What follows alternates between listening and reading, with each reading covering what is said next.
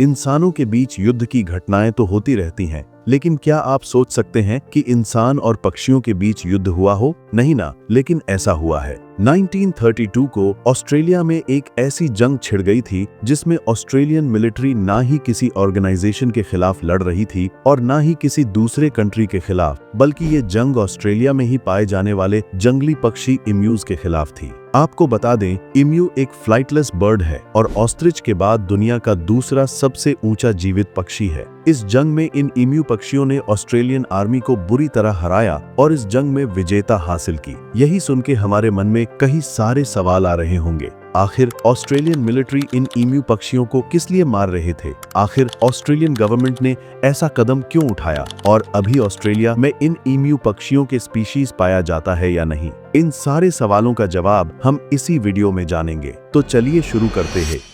दरअसल world war 1 खत्म होने के बाद पूरी दुनिया द ग्रेट डिप्रेशन से गुजर रही थी और ऑस्ट्रेलियन फार्मर्स अपने खेतों में फसल नहीं उगा रहे थे, क्योंकि मार्केट में डिमांड एंड सप्लाई का फर्क की वजह से उनको हर चीज में बहुत कम रेट मिलते थे। अगर ऐसा चलता रहा तो ऑस्ट्रेलिया बहुत जल्द फूड क्राइसिस से गुजर सकता है। इस चीज पर काबू पाने के लिए ऑस्ट्रेलियन गवर्नमेंट ने अपने किसानों को फोर्स किया कि वो वीट की प्रोडक्शन शुरू करें और उनसे वादा भी किया कि वो अच्छे दामों में वीट खरीदेंगे। किसानों ने सरकार की बात मान ली और वीट की प्रोडक्शन शुरू कर दी, लेकिन जब वीट पूरी तरह तैयार होकर निकल कर आया तब सरकार अपने वादों से पीछे हट गई और उनसे कम प्राइसेस ऑफर करने लगी। इससे गुस्सा होकर किसानों ने सरकार के खिलाफ जोरदार प्रोटेस्ट किया और गेहूं बेचने से साफ मना कर दिया। अब ऐसा नहीं था कि ऑस्ट्रेलियन गवर्नमेंट को इन गेहूं की जरूरत भी नहीं है। बेसिकली ऑस्ट्रेलियन गवर्नमेंट इन फार्मरों के साथ ब्लैकमेल कर रही थी। सरकार को पता था कि अगर फार्मर्स इन गेहूं को सेल नहीं करेंगे तो उन पर कीड़ा लग जाएगा, लेकिन सरकार को ये नहीं पता था कि आगे आने वाली मुसीबत कीड़ा लगने से भी ज्यादा तकलीफ देने वाली है।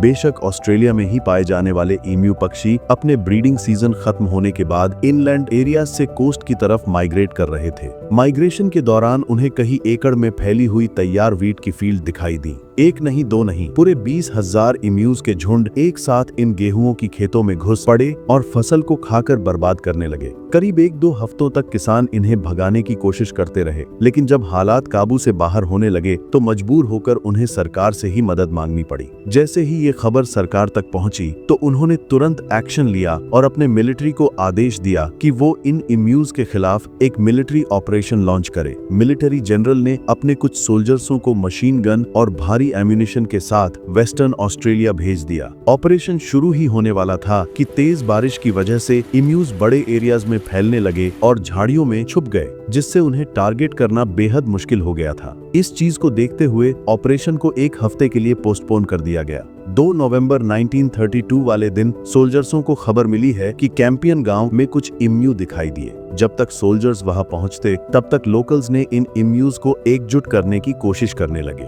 इम्यूज एकजुट होने की बजाय उल्टा बिखर गए। सोल्जर्सों ने इसी कंडीशन में ही इन पर फायर खोल दी। फायरिंग में सिर्फ 5-7 इम्यूज ही मार गिराए। 20,000 इम्यूज में से सिर्फ 5-7 इम्यूज को मारना यानी फर्स्ट अटेम्प्ट में ही इनको शर्मनाक हार मिली। 4 नवंबर यानी फर्स्ट अटेम्प्ट से 2 दिन बाद सोल्जर्सों ने प्लान बनाया कि वो इन गेहूं की खेतों में घात लगाकर बैठे रहेंगे और जब इम्यूज उनकी रेंज में आएंगे तो उन पर फायर खोल देंगे। इस फायरिंग में सिर्फ 12 इम्यूज ही मारे थे कि उनकी मशीन गन जाम हो गई। आगे गोली चलाने से पहले ही इन इम्यूज बिखर गए, यानी सेकंड अटेम्प्ट में ही उनको कुछ बड़ा हासिल नहीं हो पाया। पहले तो सोल्जर्सों को लग रहा था कि इन इम्यूज को आसानी से मारकर खत्म कर देंगे, लेकिन बाद में जब सिचुएशन हाथ से निकलता गया तब सोल्जर्सों ने अपना स्ट्रैटेजी चेंज किया और वेस्टर्न ऑस्ट्रेलिया से साउथ की तरफ जाने का फैसला किया, जहां इम्यूज का काफी हद तक पालतू बताया गया। 6 नवंबर यानी ऑपरेशन के चौथे दिन सोल्जर्सों ने इन इम्यूज में एक दिलचस्प चीज नोटिस की।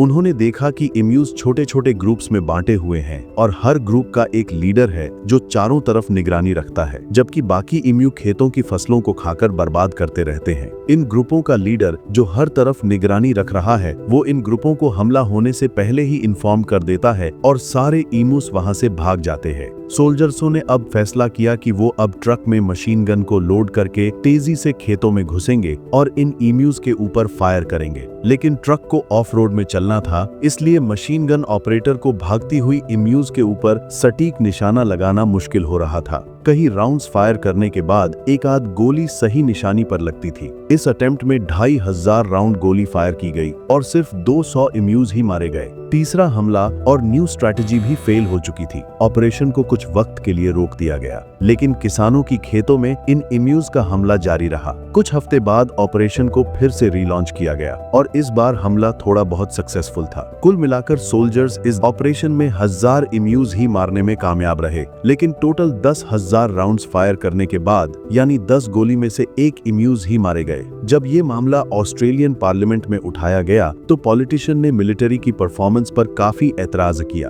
पॉलिटिशियंस का कहना था कि इस परफॉर्मेंस में अगर किसी को मेडल देना हो तो वो इन ईम्यूज को दिया जाना चाहिए, जिन्होंने 10 गोलियों में से 9 गोलियों को बड़ी चालाकी से डॉज कर लिया। इतना खर्चा करने के बाद भी 20,000 ईम्यूज में से सिर्फ 1000 ईम्यूज ही मारी गई थी। ये ऑस्ट्रेलियन मिलिट्री के लिए बेहद शर्मनाक शिकस्त थी। आखिरकार मिलिट्री ऑपरेशन को रोक दिया गया, यानी ईम्यूज इस जंग को जीत चुकी थी। वक्त गुजरता गया, ईम्यूज की पॉपुलेशन बढ़ती गई और हर साल किसानों को भारी नुकसान उठाना पड़ रहा था। किसानों ने मिलकर फिर से सरकार से मदद मांगी। इस बार सरकार कुछ नई स्ट्रैटेजीज के साथ मैदान में उतरी। उन्होंने हजारों हथियार किसानों में बांट दिए और बाउंटी सिस्टम इंट्रोड्यूस करवा दिए, यानी जो फार्मर्स जितने ज्यादा ईम्यूज मारेंगे उसी हिसाब से उन्हें बाउंटी यानी पैसा दिया जाएगा। इस तरीका फिर भी काम कर गया और 2 सालों के बाद 1934 में सिर्फ 6 महीनों के दौरान 57,000 बाउंटीज क्लेम की गईं। जब ये खबर इंटरनेशनल मीडिया पर चला तब ह्यूमन राइट्स ऑर्गेनाइजेशंस वालों ने ऑस्ट्रेलियन गवर्नमेंट के खिलाफ काफी प्रोटेस्ट्स किया। लोग ऑस्ट्रेलियन गवर्नमेंट को बुरा भला कहने लगे। आखिरकार ऑस्ट्रेलियन गवर्नमेंट क्या ही कर सकती थी, उन्हें ये बाउंटी सिस्टम को भी बंद करना पड़ा, जो 1932 में 20,000 ईम्यूज को काबू नहीं कर पा रहे थे। आज ईम्यूज की पॉपुलेशन बढ़कर 6 से 7 लाख के करीब हो चुकी है। अब फार्मर्स अपने फील्ड्स के चारों तरफ इन ईम्यूज और दूसरे जंगली जानवरों से बचने के लिए फेंस लगा कर रखते हैं, जो आज ऑस्ट्रेलिया में एक कॉमन प्रैक्टिस बन चुकी है। आज ऑस्ट्रेलियन फार्मर्स को इन जंगली जानवरों से इतना खतरा तो नहीं है, लेकिन ईम्यूज के खिलाफ हुई ये जंग इतिहास में हमेशा याद रखी जाएगी। तो दोस्तों, आज के लिए बस इतना ही। मिलते हैं नेक्स्ट वीडियो में किसी नए टॉपिक के साथ।